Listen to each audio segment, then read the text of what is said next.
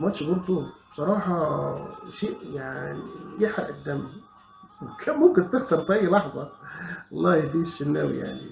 الكورة بتطلع بره يجري يمسكها والكورة بتخش جون بتتفرج عليها يعني.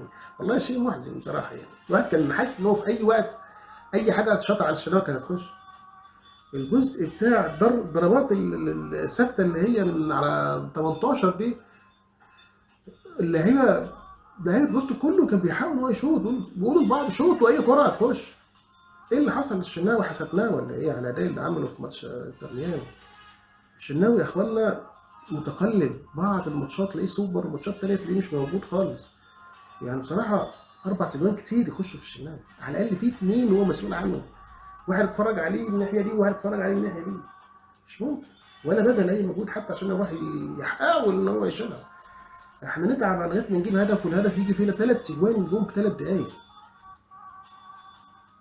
يعني حاجة مؤسفة مؤسفة بصراحة اللي حصل ده.